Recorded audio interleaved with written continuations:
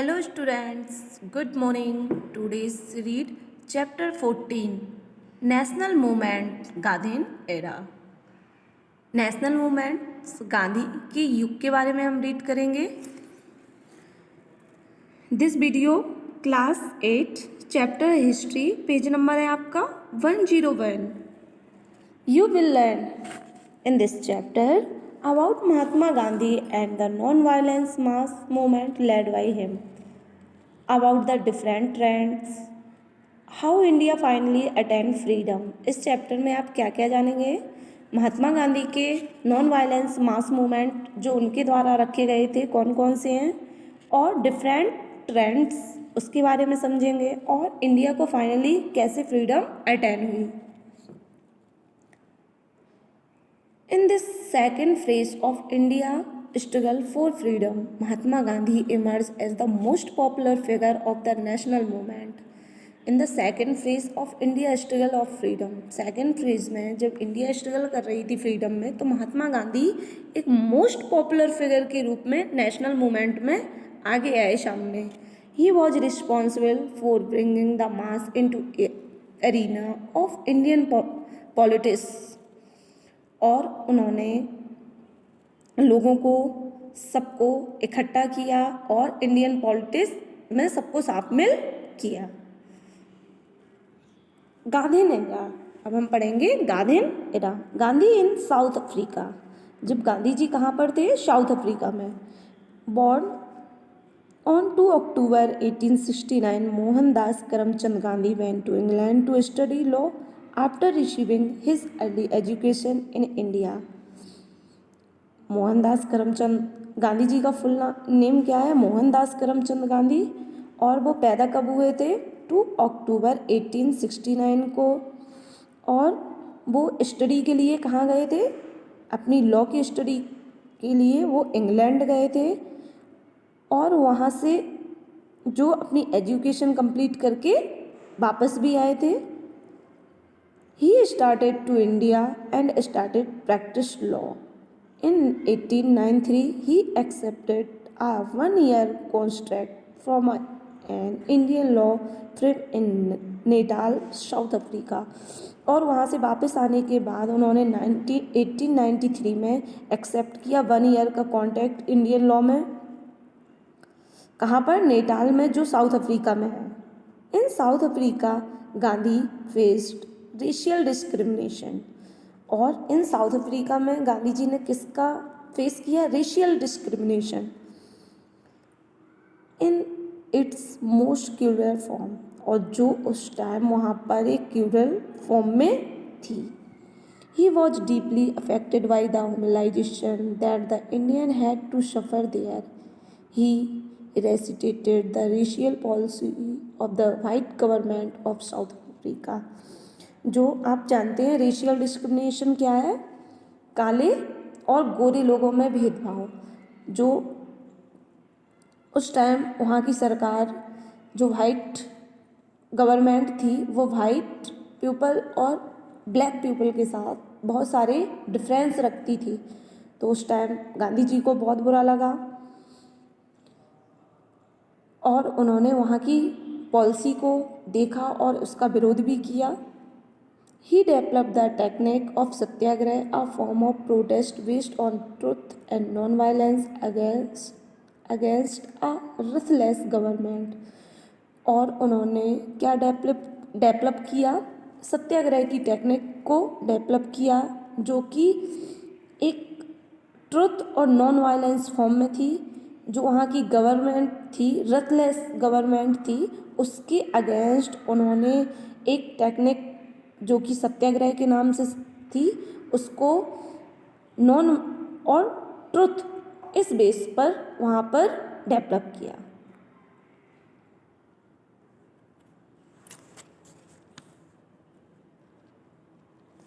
सत्याग्रह क्या था?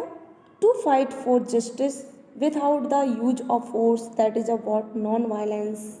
और ये बिना हिंसा के और सच्चाई के, बिना मार लड़ाई झगड़े के नहीं करनी चाहिए। सत्याग्रह वो चीज़ होती है गांधी जी ने इस चीज़ को अपनाया। वो चाहते थे कि नॉन वायलेंस और ट्रुथ को के फॉर्म में, जिसको हम सत्याग्रह बोलते हैं, उसको डेवलप करना चाहते थे। उसमें लड़ाई वगैरह नहीं होती है, एक दूसरे से मारपीट नहीं होती है, इसमें शांति से काम हो जाता है। Next page 102। Gandhi came back to India in 1915। Gandhi ji India कब आए? 1950 में।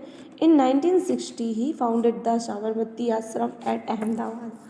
वो साउथ अफ्रीका से 1915 में वापस आए और उन्होंने 1960 में साबरमती आश्रम, जो कि अहमदाबाद में है, उसकी फाउंडेड किया।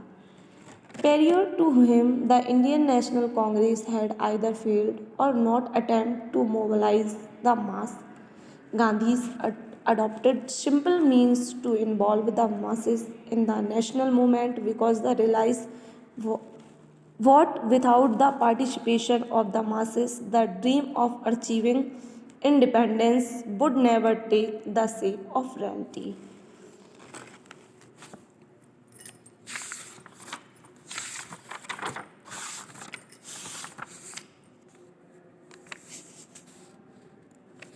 जो इसके पहले के कांग्रेस लीडर थे, इंडियन नेशनल कांग्रेस के जो लीडर थे, तो उन्होंने क्या किया था कि एक ढेर इकट्ठा नहीं कर पाए, लोगों को उठा नहीं पाए, लोगों का एक ग्रुप नहीं बना पाए ज़्यादा लोगों का। और गांधी जी ने अडॉप्ट किया कि उन्होंने ये रियलाइज़ किया कि अगर नेशनल मूवमेंट चाहिए तो लोगों को इकट्ठा करना चाहिए। बिना लोगों के इकट्ठे होने से जो उनका सपना है इंडिपेंडेंस का, वो पूरा नहीं होगा। लोगों का एक समूह होना चाहिए, लोगों को इकट्ठा करना चाहिए।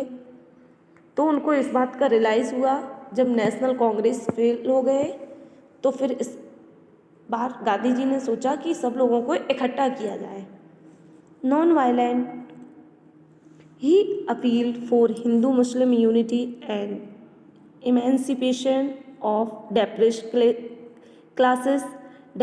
classes and women. Thus his aim were broad based and meant for the benefit of the majority of the Indian population. और उन्होंने अपील की हिंदू मुस्लिम यूनिटी पर। उन्होंने कहा हिंदू मुस्लिम को एक ही रहना चाहिए, और उनका मानना ये था कि दोनों एक ही हैं, साथ में मिलजुल के रहना चाहिए। और जो डिप्रेस्ड क्लासेस के लोग थे, नीचे क्लासेस के जो सताई हुई क्लासेस के लोग थे, जाति वर्ग के समूह था, और औरतों की कंडीशन बहुत बुरी थी। इस बात पे उन्होंने क्या किया, इमेंसिपेशन, उनको मुक्ति दिलाई और उनके लिए बहुत सारे अच्छे काम किए। और उनका ये मतलब था कि इन सब लोगों की अच्छी स्थिति हो जाएगी तो हमारी मेजॉरिटी काफ़ी हो जाएगी, इंडियन पॉपुलेशन की मेजॉरिटी पर बेनिफिट होगा। Non violent Satyagraha movement. Gandhi set out to achieve his aim with the help of truth and non-violence through passive resistance, satyagraha, and disobedience to unjust law. Some of his early experiment with satyagraha in India included these incidents. जो non violent सत्याग्रह movement था, इनमें उन्होंने क्या किया कि अपने M को कैसे पूरा करें, उसका किसका सहारा लिया, ट्रुथ और नॉन वायलेंस का। और उन्होंने कहा कि ए सत्याग्रह और डिसओबीडेंस टू अनजस्ट लॉ को बिना लॉ का जो हम अपमान ना करके, अवज्ञा ना करके, आज्ञा ना मान के हम ट्रुथ और नॉन वायलेंस से कुछ काम करवा सकते हैं। जैसे कि at Champaran in 1917 Mahatma Gandhi fought for the indigo planter who had suffered at the hand of the British. और उन्होंने उस इंसिडेंट में इसको भी सुधारा, जो चंपारण था 1917 में महात्मा गांधी ने, जो वहाँ के इंडिगो प्लांटर थे, वो ब्रिटिश के हाथों से बहुत सफ़र्ड किए जाते थे, बहुत परेशान किए जाते थे, उस चीज़ पे उन्होंने सुधार करवाया। दूसरा है his other essential successor included a settlement of dispute between the worker and mill owner of Ahmedabad. Ahmedabad के जो मिल ओनर थे, वर्कर थे, उनमें वाद विवाद था, डिस्प्यूट था, उस सेटलमेंट को उन्होंने सही कराया। He also supported the cause of peasants of Kheda in Gujarat in their struggle against the collection of land revenue when their crops had failed. और उन्होंने उस चीज़ का सपोर्ट किया जो किसान थे खेड़ा के, जो गुजरात में खेड़ा गांव है, उस वहाँ के पीसेंट थे, वो बहुत ही स्ट्रगल कर रहे थे क्योंकि अगर उनकी क्रॉप्स फेल हो गई या बर्बाद हो गई है तब भी वहाँ के जो अंग्रेज़ थे तो वो उनसे क्या मांगते थे, रेवेन्यू, कर मांगते थे, जिससे उनकी स्थिति बहुत ही खराब होती चली जा रही थी। क्या है, उनकी फसल बर्बाद हो जाती थी, कभी पानी नहीं बरसा या कभी कुछ किसी वजह से सूखा आ गया, किसी भी वजह से उनकी फसल अगर नष्ट हो गई तब भी वहाँ जो अंग्रेज़ थे वो लोग उनसे रेवेन्यू मांगते थे। लैंड रेवेन्यू था, ज़मीन पर कर, वो उनसे मांगते थे। अब वो कर कहाँ से देंगे अगर उनकी क्रॉप्स फेल हो गई, इस वजह से वो लोग बहुत परेशान थे। उसके बाद है Rowlatt Satyagraha. The passing of Rowlatt act brought Gandhi to national political arena. He opposed the act and fixed 30 March 1919 as a day of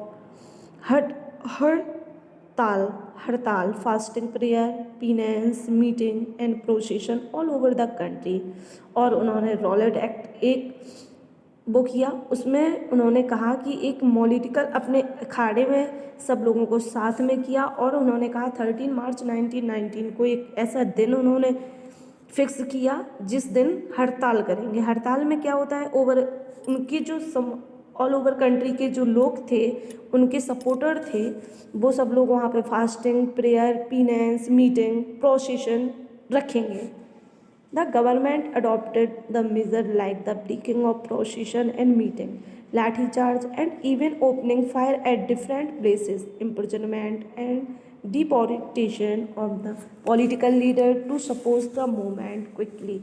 But the worst incident occurred in Punjab, particularly at Amritsar, where the tragedy of Jallianwala Bagh took place.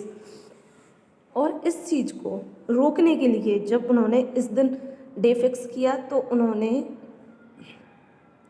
वहाँ की जो government थी उसने procession, जो जुलूस है, meeting है, और वहाँ पे उसको रोकने के लिए लाठी चार्ज करवाए, यहाँ तक कि फायर भी करवाया।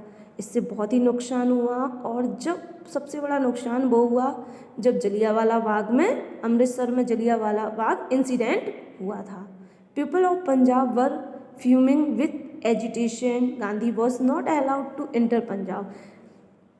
पंजाब के लोग एजिटेशन, जो आंदोलन में साथ देने लगे, आने लगे और गांधी जी को पंजाब में इंटर करना अलाउ नहीं था। Some leader were deported from Amritsar on 10 April. On the same day a peaceful procession in Amritsar was fired at. In protest, the people had a meeting in Jallianwala Bagh in 13 April 1930.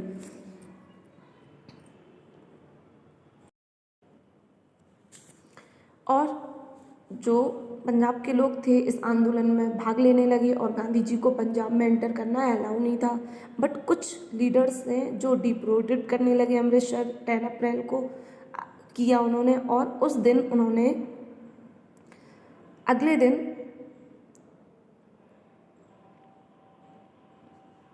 लोगों के समूह के लिए, लोगों को इकट्ठा करने के लिए उन्होंने मीटिंग रखी। कहाँ पर? जलियांवाला बाग में 13 अप्रैल 1919 को। और वहाँ पर मीटिंग, प्रोसेशन, सब कुछ मीटिंग की बात की और वहाँ पे सब लोगों को इकट्ठा होने के लिए बोला। To disperse the gathering, General Dyer reach with his troops and order firing. 100 of pupils were killed and 1000 were wounded.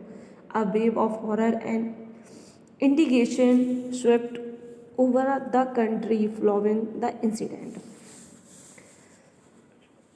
To disperse the gathering को डिस्पर्स होते हुए देखकर जनरल डायल वहाँ पहुँच गए अपनी ट्रूप्स के साथ और उन्होंने ऑर्डर किसका किया? फायरिंग का, जिसकी वजह से वहाँ पर हजारों लोग मारे गए और 100 लोग मारे गए और हजारों लोग वहाँ पर घायल हो गए। इस इंसिडेंट से पूरी कंट्री में एक इंडिगेशन फैल गया और पूरी कंट्री में एक डर फैल गया, क्योंकि यहाँ पर बहुत सारे लोग मारे गए थे और बहुत सारे लोग घायल भी हुए थे।